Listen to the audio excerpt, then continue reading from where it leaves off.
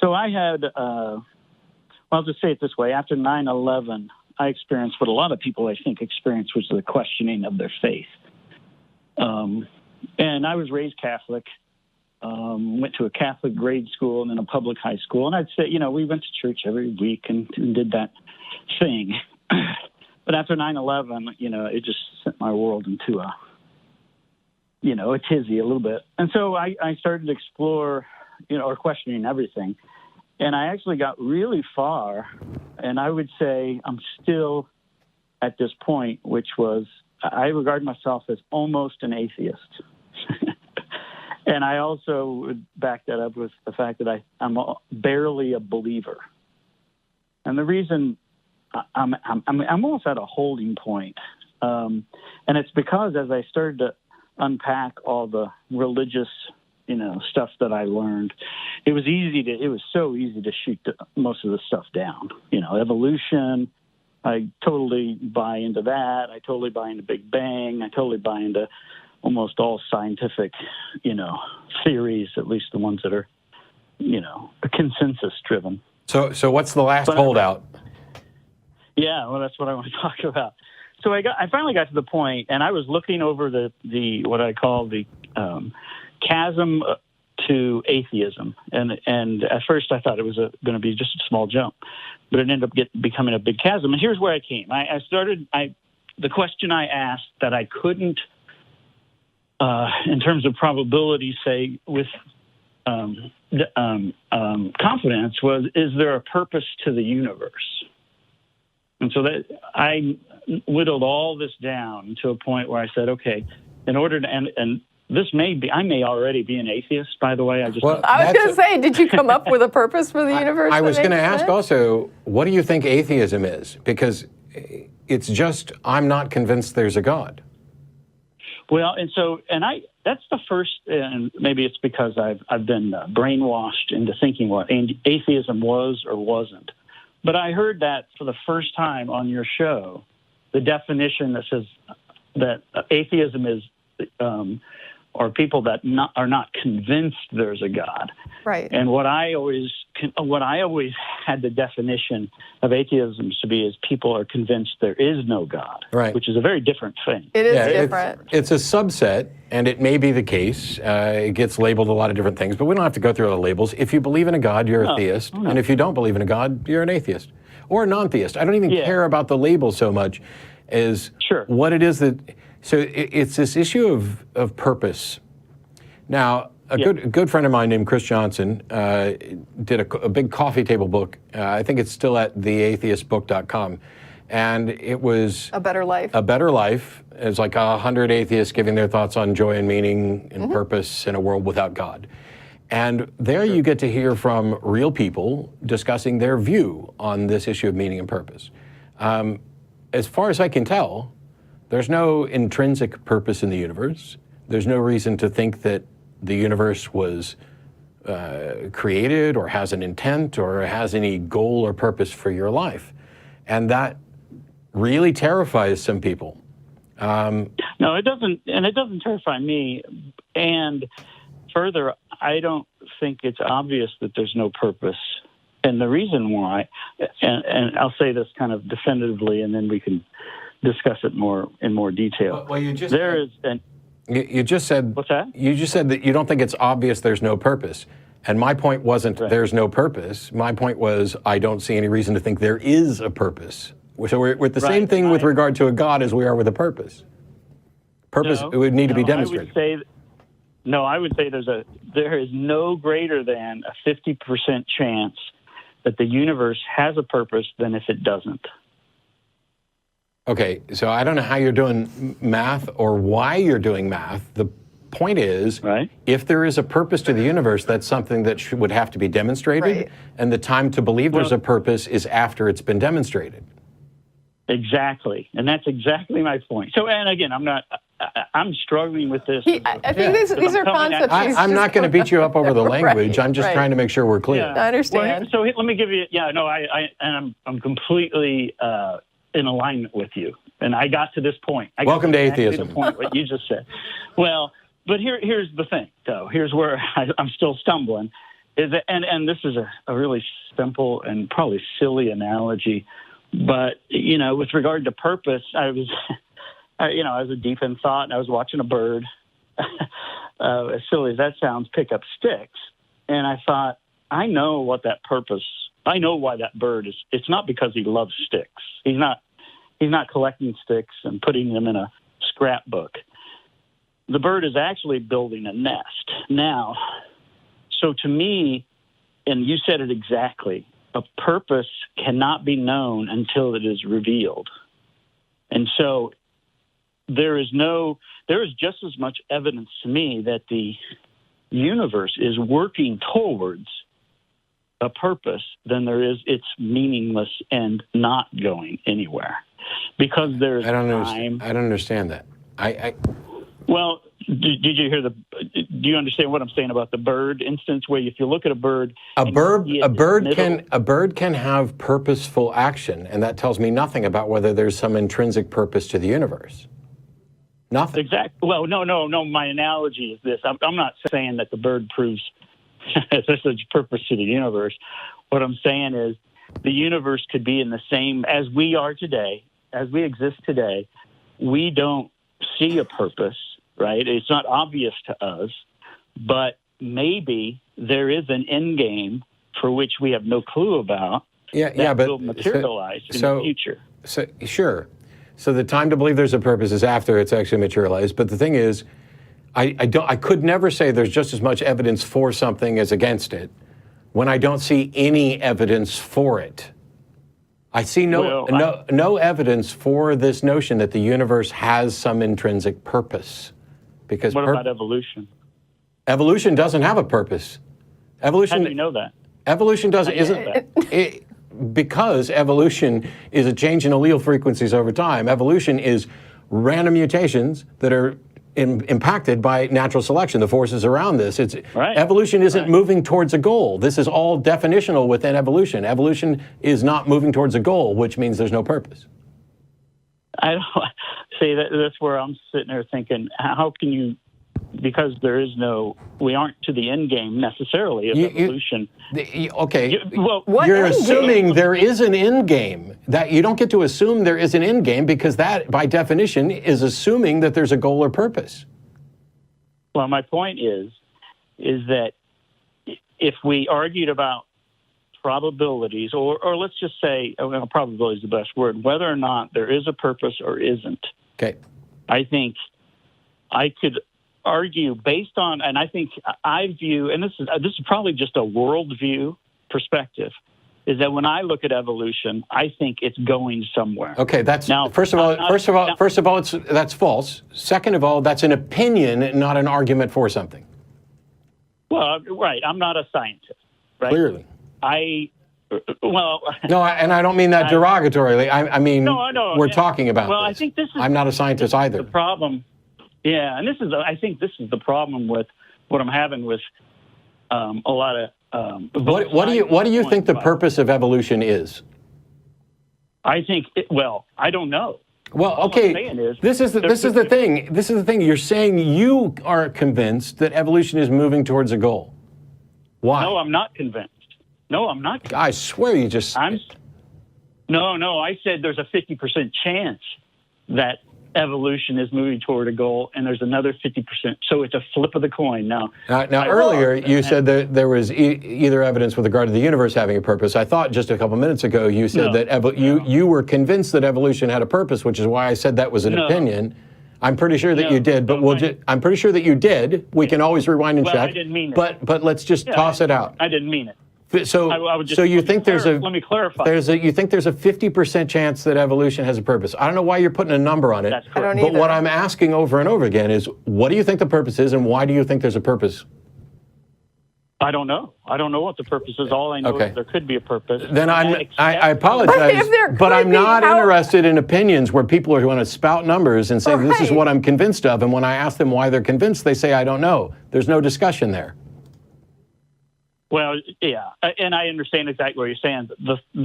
The problem I'm getting hung up in is to make a decision on whether or not there's a purpose in the universe depends on me being confident that there is no purpose. See, and that's what I'm saying. That you're doing the same thing with regard to purpose that you were previously doing with regard to God. You're not going to be an atheist until you're convinced there is no God.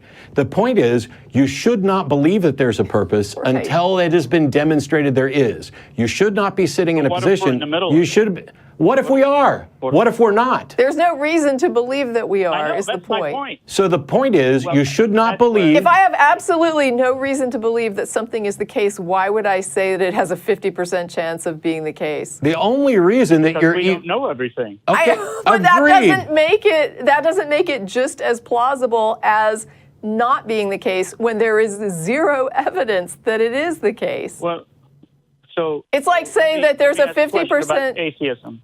Okay. So let me ask you a question about atheism, because I'm willing to proudly tout that I'm an atheist. But here's the thing I hang on to, and and there is, to me, it's the possibilities of things. One of which, so I look at possibilities. There is no requirement for anybody to give up possibilities. Here's what happens. Okay. If you give up the possibilities, you are asserting that something is impossible, which is even stronger than asserting that you believe it's false. You're saying it's impossible. Right. No, there is no requirement within. First of all, atheism has no requirements. It is simply, I am not convinced there is a God, or in some cases, I believe there is no God. But even if you were convinced, as I am, as many people are, that there are no gods, or that the gods that have been proposed aren't actually real, that doesn't mean that you're convinced that it's impossible. So nobody's asking anybody to give up possibilities. But what I am saying is, if you're just going to try to sit in this weird limbo of, let me not commit, because nobody's asking you to commit to anything, because I don't know whether we're in the middle of the end game or the possibilities. It's chaos. I don't know what's going on. Then you don't know, and by definition, you cannot be convinced. Yes.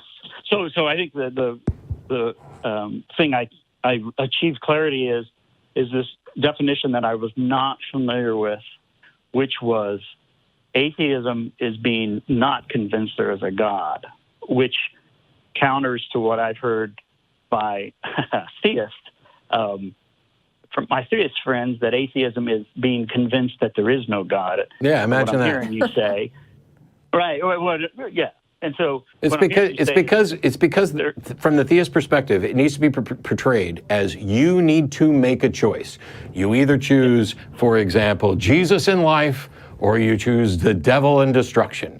You need to believe, to know that you know that you know that you know that Jesus Christ is your Lord and that there's a God, or you are in absolute denial and denying all possibility and arrogantly presuming that you know everything. Yeah. The atheist position, the non-theist position, is the least arrogant of all positions, because I don't think I'm a special creation. I don't think I'm a special creation. I'm not asserting knowledge that I don't have. I'm not demanding that people take unskeptical positions on anything. I am unconvinced of a God, and I am only willing to be convinced if there's good argument and good evidence. And simply saying, well, we don't know, or it may be possible, or we could be, none of that is good enough evidence to believe in any of that. And I completely subscribe to that philosophy. So I guess I'm an atheist. Awesome. Okay. issue resolved. Well, here's one. If you have a minute, the other thing I would argue, and now let's say I'm proclaiming I'm an atheist, but I do argue still that I don't know that we're better off in a world of atheists than we are with a world of theists. Sure, I don't know either. There is no.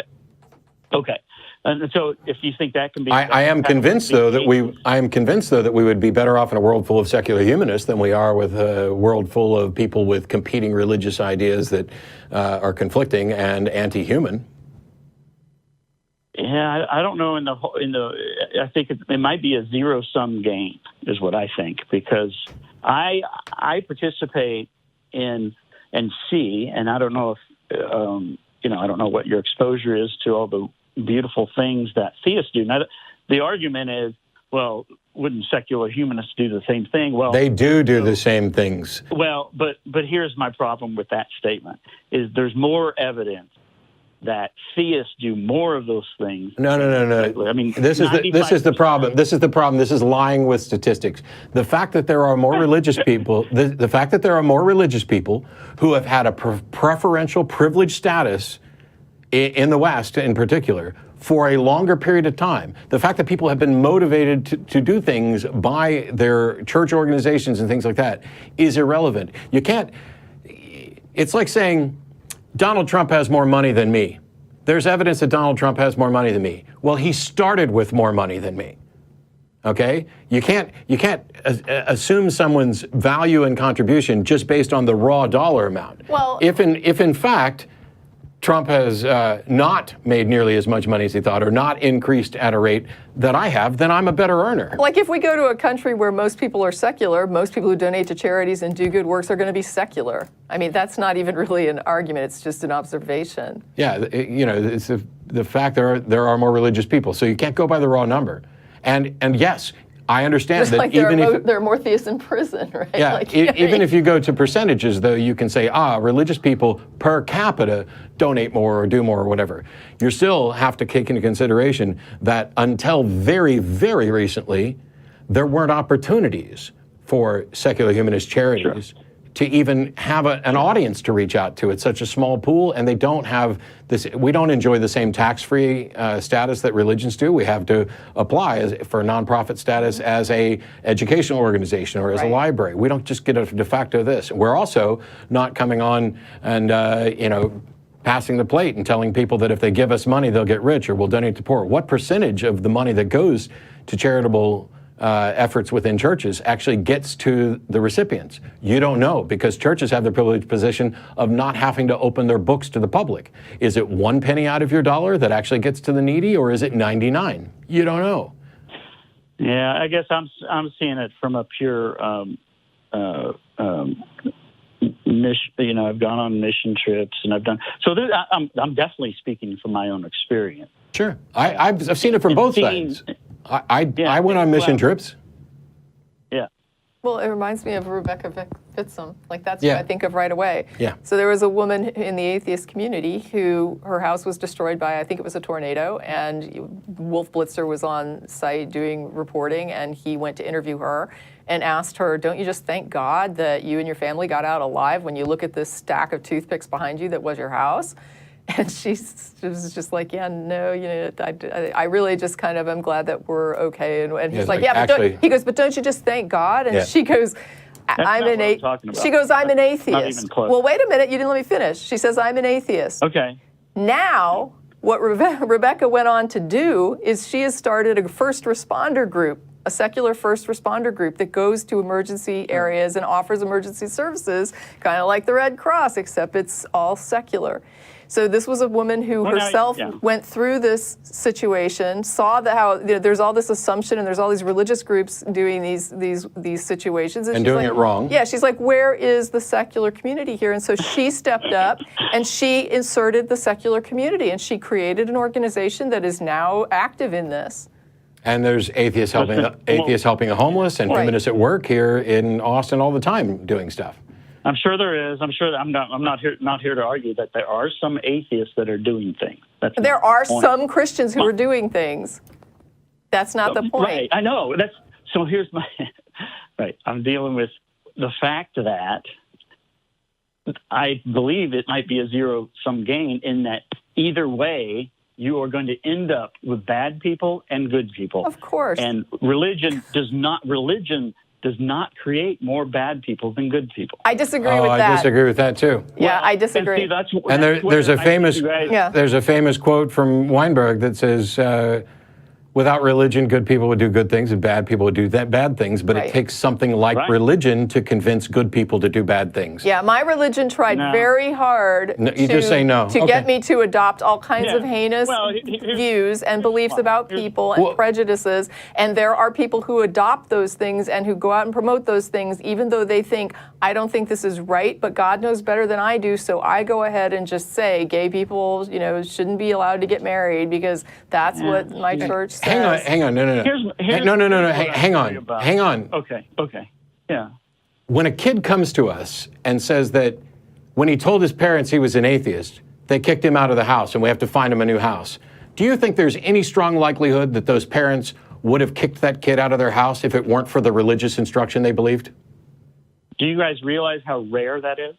Do you realize in our mail how not rare that is? Do you know how in the secular community it's zero? Are you telling me? Are you zero. telling me that you have every? No.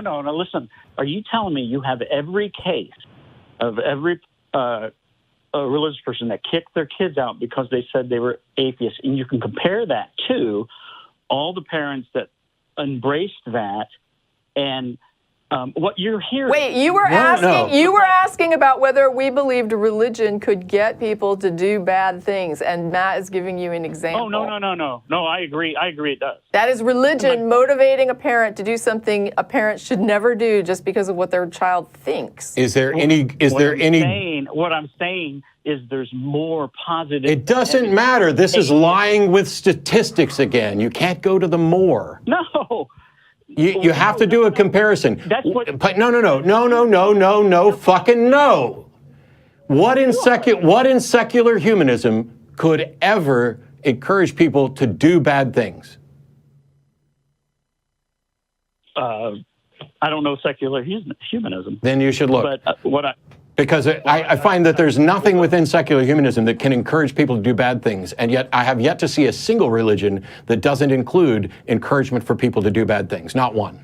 And I get it. Let me ask you one more question, and then I'll let you go because I know you've got some other folks to talk to. One of the things that I look to in understanding human, progress and evolution is ways that we develop to understand each other. And one of the things that I think is profound that I haven't seen any other, whether it's atheist or religions, is talk about forgiveness in a sense. And I guess I was wondering what your thoughts are. Somebody emailed and asked me about this just the other day. Yeah. What's your thoughts around forgiveness and how it... There's absolutely nothing, there's nothing about forgiveness that is incompatible with secular humanism. Secular humanism is based on the idea that we are in this world. We don't get to appeal to a God. We have to find a way to live cooperatively and to create a better, more productive society. If, in fact, it is shown, and I think it has been, that there are benefits to forgiveness. There are benefits to... if I forgive someone, I no longer maintain that strife within my life. It benefits me. It can potentially benefit that person. We know this to be the case. And so there's encouragement for forgiveness in secular humanism.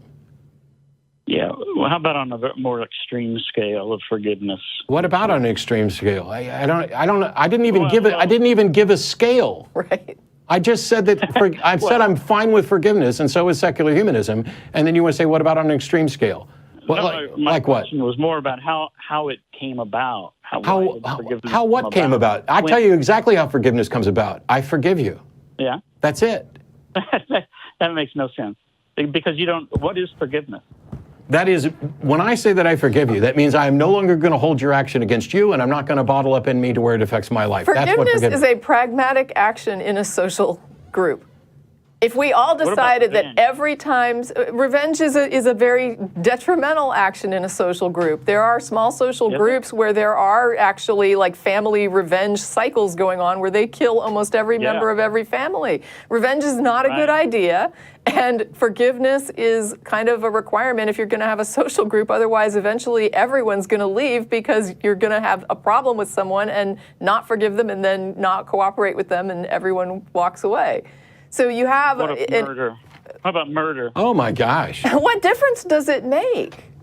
Well, no. Let's look at a particular case where my wife is murdered by another person. Sure. Do you think it makes pragmatic sense to let that criminal, to forgive that criminal and let them go on with their life? Who says let them go on with their life? You're talking about forgiveness, which is simply not holding, a grudge against them for what they did. It doesn't mean that you ignore what they did. It doesn't mean we're not going to lock up somebody who's dangerous or engage in act. No. I'm talking about what forgiveness really is, which is it's more than just not having a grudge. If you're saying that forgiveness is taking people who are a demonstrated threat with a high potential for recidivism and just letting them out in the general population, that would be a hideous thing. Okay, well then I don't understand what you're saying. When you start talking about what forgiveness really is, I already talked about forgiveness and gave you an example. Is my understanding of forgiveness wrong? Yeah. Okay, what is forgiveness then? Forgiveness. Well, I mean, I don't think we can go into it in then goodbye. Short time. Then goodbye. No, I'm just telling you. You don't get to tell me. You don't get to pretend that we didn't answer your question and that we got it wrong. You either tell us what we're wrong about on the forgiveness, or I'm done. Yeah, and we need to move on to some other calls, so we're going to let you go. But thanks for calling, Brian. All right. Okay.